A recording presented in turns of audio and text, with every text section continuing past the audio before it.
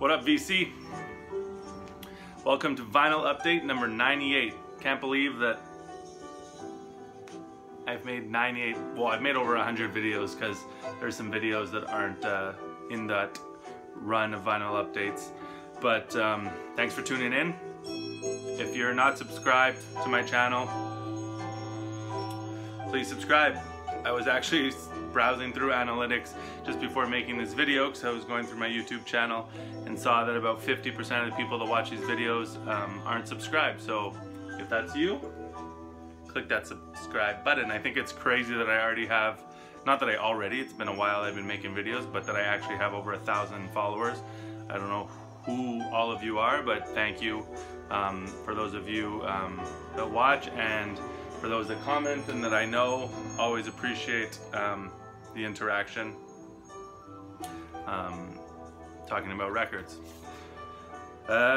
So the last 3 videos were my Detroit finds, and what I'm going to show today is another big stack, a bunch of stuff that I picked up. Basically my local finds from over the summer, a lot of them from before I went away, and then some from since I've been back. I haven't been buying as many records, but I still always manage to find them. I tell myself I'll go to the places where I'm least likely to find records just to kind of get my fix of going through, going through records, and I still manage to find stuff. You always find stuff when you don't expect to. What we're listening to right now is this interesting record, Music to Massage Your Mate by. It's basically just continuous music, both sides, and it goes for quite a bit of money actually. And I mean, the copies that have this, what they call explicitly illustrated instruction booklet enclosed, this copy doesn't have it. I've seen, I think, pictures online of it. It's, you know, there's some nudity and stuff, but it doesn't really enhance the music, but I'm sure it's funny to look through. I think my local record store had this on Discogs. It had 2 copies. One was expensive, one was not cheap but a bit more, and then they dropped the price down, they relisted it. So that's what made me pull the trigger, because it wasn't expensive. But yeah, it's some cool music, some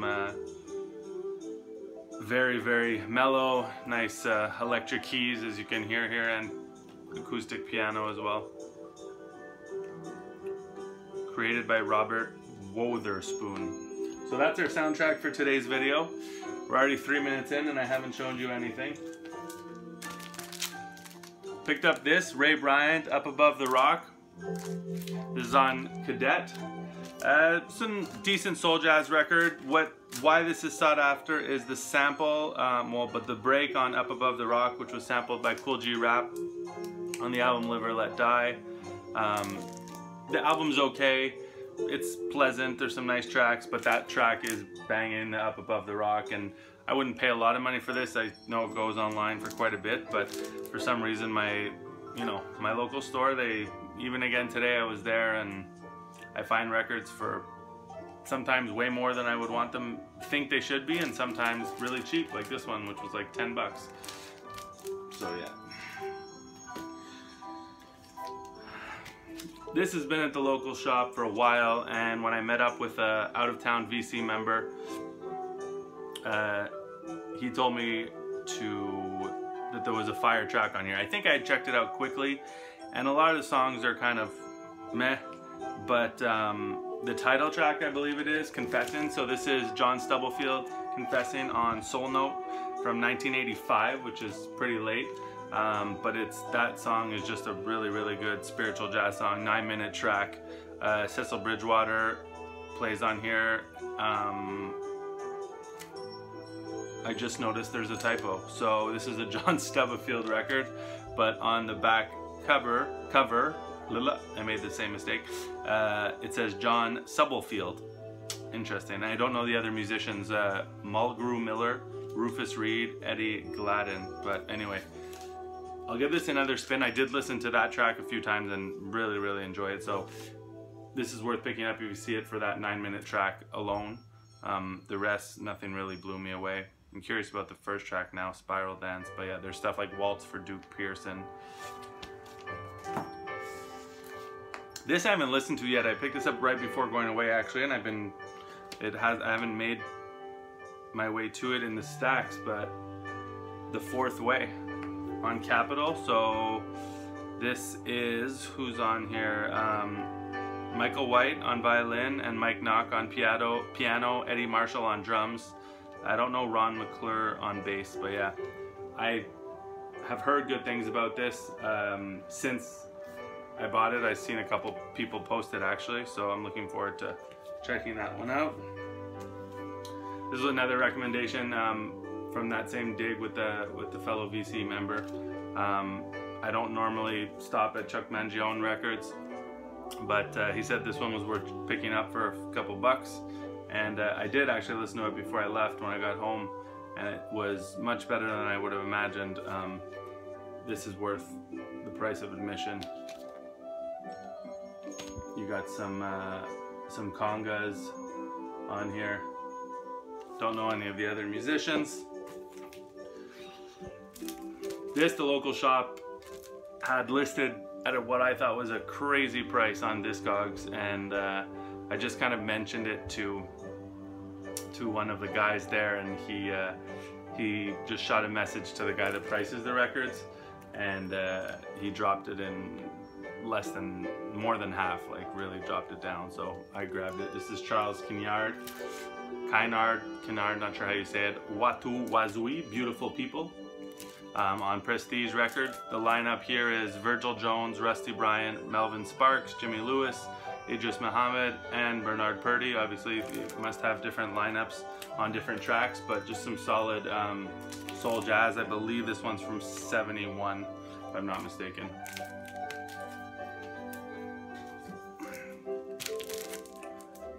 Grab this. Have not spun it since I just got it home, but this is Steve Reich, Octet, music for a large ensemble and violin phase. I checked this out at the store and it sounded absolutely beautiful, so I'm looking forward to putting that one on when I'm in the mood. This I did really enjoy. Les McCann, Talk to the People, another recommendation from that dig with the fellow VC member. They do What's Going On here, and the rest are all, oh no, they do a Stevie Wonder track, Seems So Long. Yeah, there's a few vocal tracks on here, but this is dope. This is worth picking up. Not an expensive record. Les McCann, Talk to the People on Atlantic from '72. This was one of the unexpected finds from the shop closest to me, just down the street. It's a used bookstore and record store, but they haven't been getting much in over the past few years, but I guess they got in a little jazz collection. Sonny Murray, Homage to Africa. So this is the third installment on BYG Actuel. This has a really good lineup from what I remember. Can't remember offhand who's in it, but you always have that beautiful photography, BYG.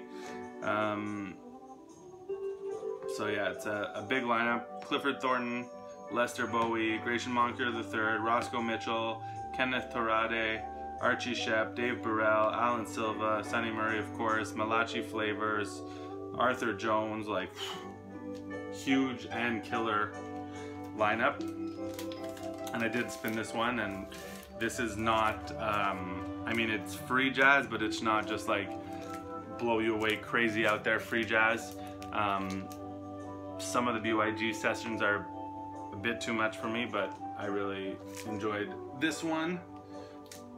And then this one I have not spun yet, but obviously from the same store, same dig. This is number 48. This is Sunshine, and I have a feeling that this one's gonna be a little heavier, but we'll see. Who plays on this one? Yeah, similar lineup. Not as many people, but the same cats: Arthur Jones, Lester Bowie. So adding to the BYG collection. This was a record I'd never seen, don't know how, but Richard Davis, Harvest. Not the nicest of covers, but it's on Muse. I like collecting dope Muse records. and the lineup on this led me to believe that it would be dope. So Bill Lee, I can't remember what I read in the liner notes here, but he had some involvement. Well, he plays on this record, but he had more involvement than just playing on it. I don't know if he arranged. But yeah, so you have Ted Dunbar, Bill Lee, Consuela Moore, Freddie Waits, Billy Hart, Marvin Hannibal Peterson, and James Spalding. Just some really good spiritual jazz from 1979. There's some really good later 70s, early 80s sessions, like that Buster Williams Heartbeat comes to mind on Muse from the 80s or late 70s.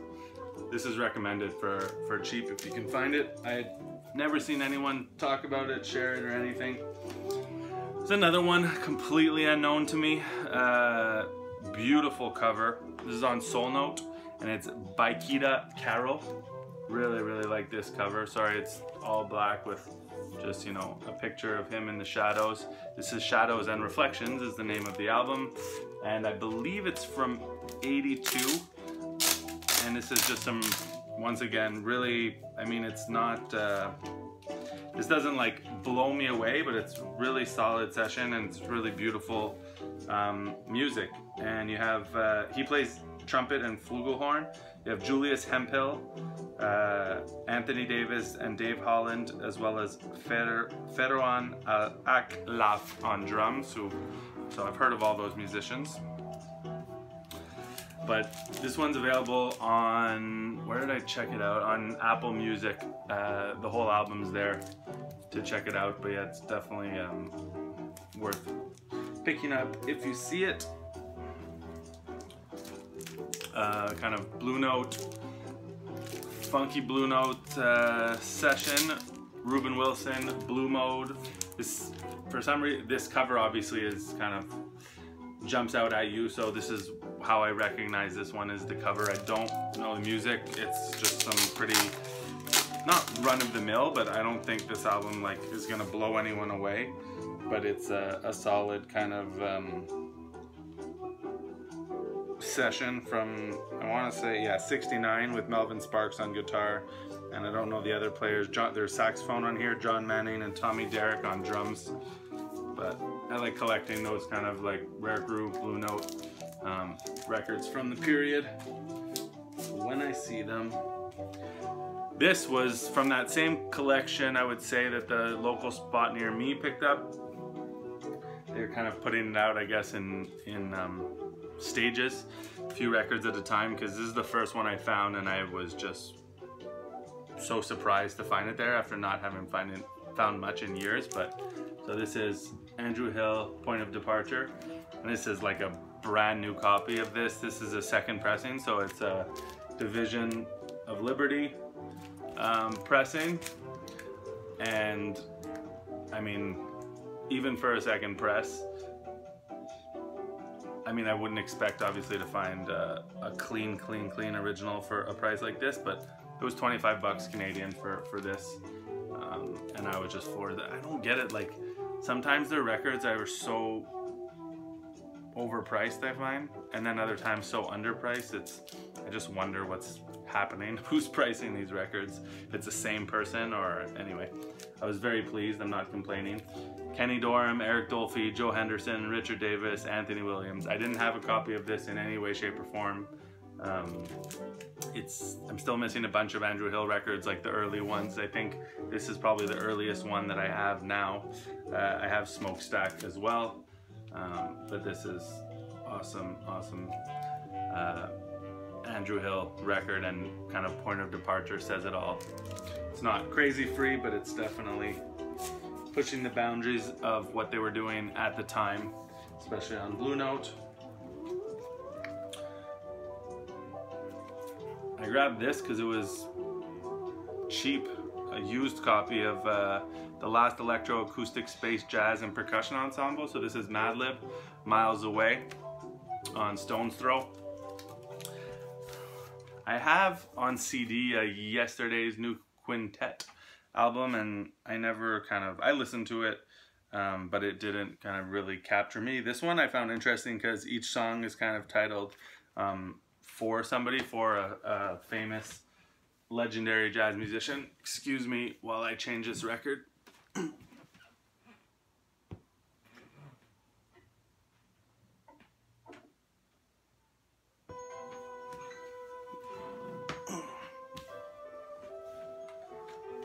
So this music isn't too sensual for what we're doing here. Anyway, so yeah, so there's first one's Durf for Durf Reclaw of the Pharaohs. Now I'm getting confused if it's the Pharaohs or the Pyramids. I think it's the Pharaohs. Who else? Horace Tapscott, Woody Shaw, Phil Ranelin, Larry Young, Roy Ayers, Pharoah Sanders, and John Coltrane. So, and I did enjoy this one more than the Yesterday's New Quintet album that I have. So, Madlib is obviously one of my favorite producers, and this is completely different than his hip-hop stuff that he does. This one I just found today.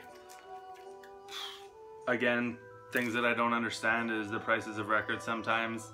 And this is there's no obi, but it's a Japanese press in beautiful shape from 1976 of this Sonny Rollins record on Blue Note, and it was $15 Canadian. So I grabbed it.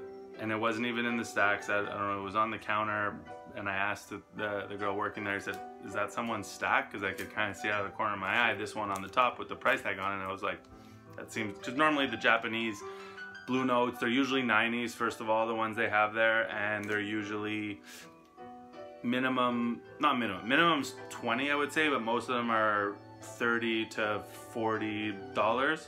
So obviously maybe the fact that it doesn't have the obi, or that there's a tiny little, I guess, piece of the laminate missing. But yeah, I didn't have this record in any form. I don't have a CD of it. And so yeah, I'm looking forward to spinning this. Donald Byrd, Sonny Rollins, Wynton Kelly, Gene Ramey, Max Roach. Originally, I think 1958, I think this record is from.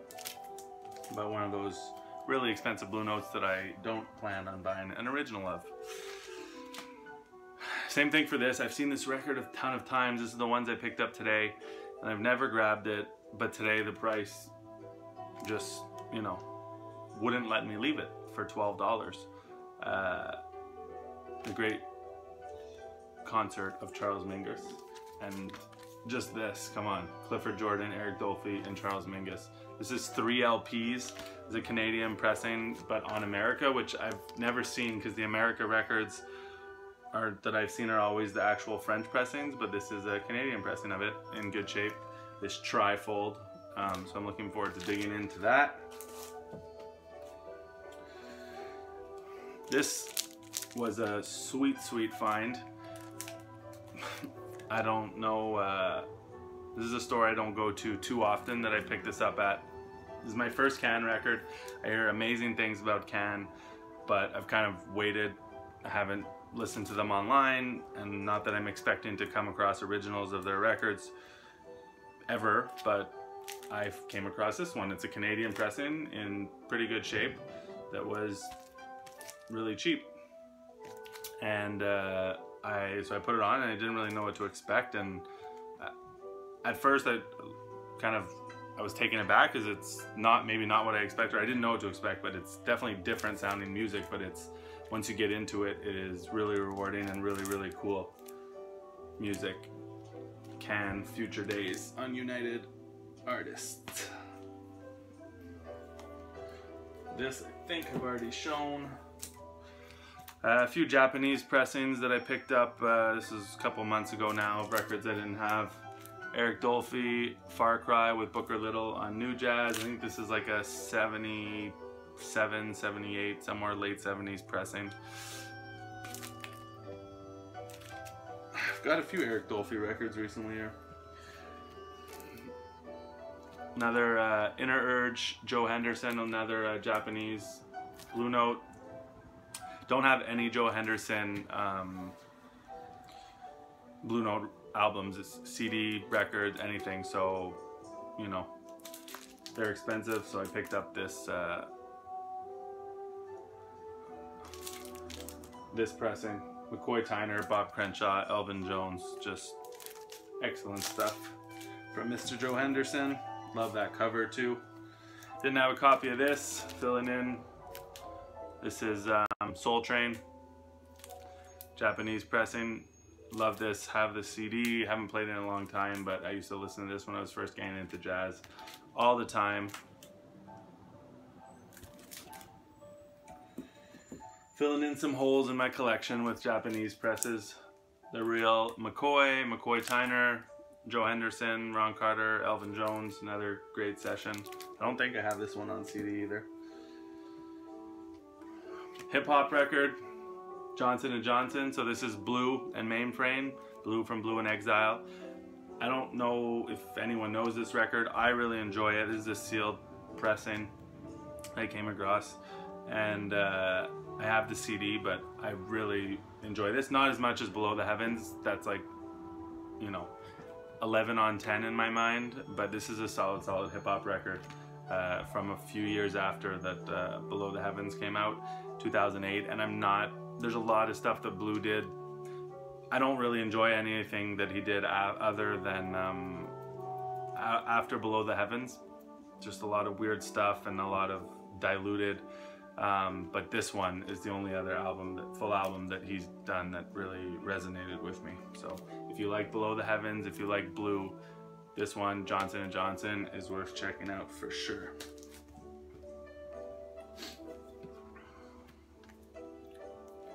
Pete Rock, Hip Hop Underground Soul Classics, Detta, the original Baby Pa.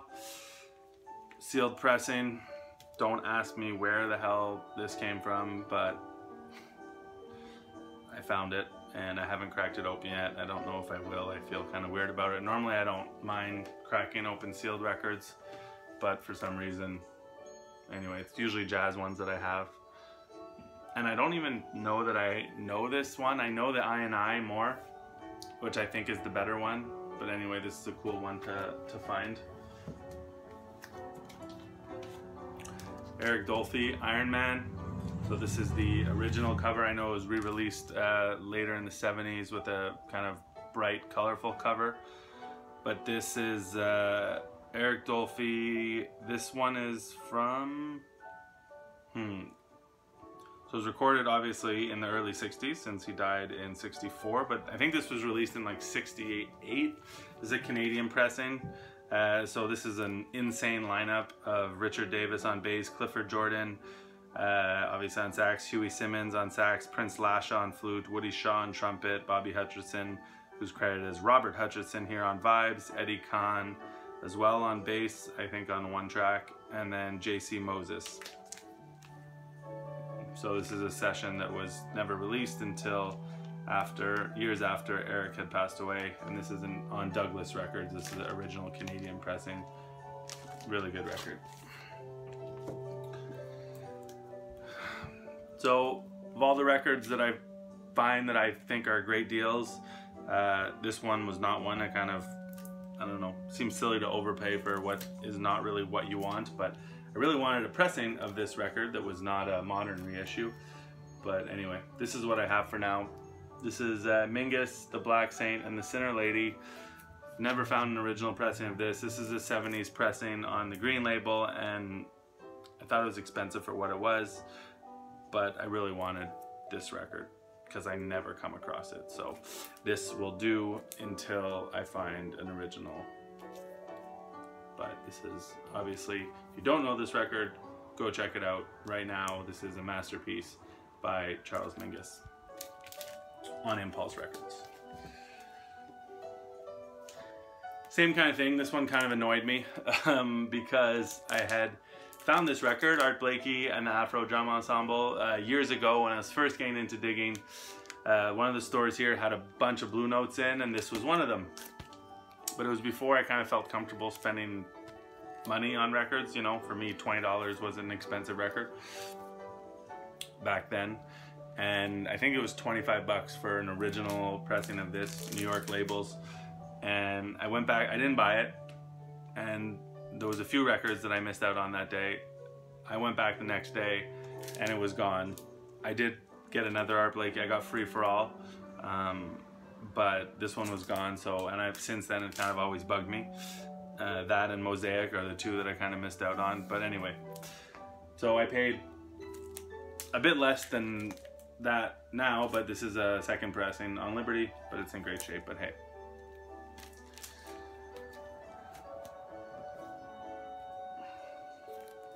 Didn't know anything about this. Some Latin jazz, which I'm not an expert, well, I'm not an expert in any jazz, but I know next to nothing about Latin jazz and Latin jazz artists, but this is Dateline.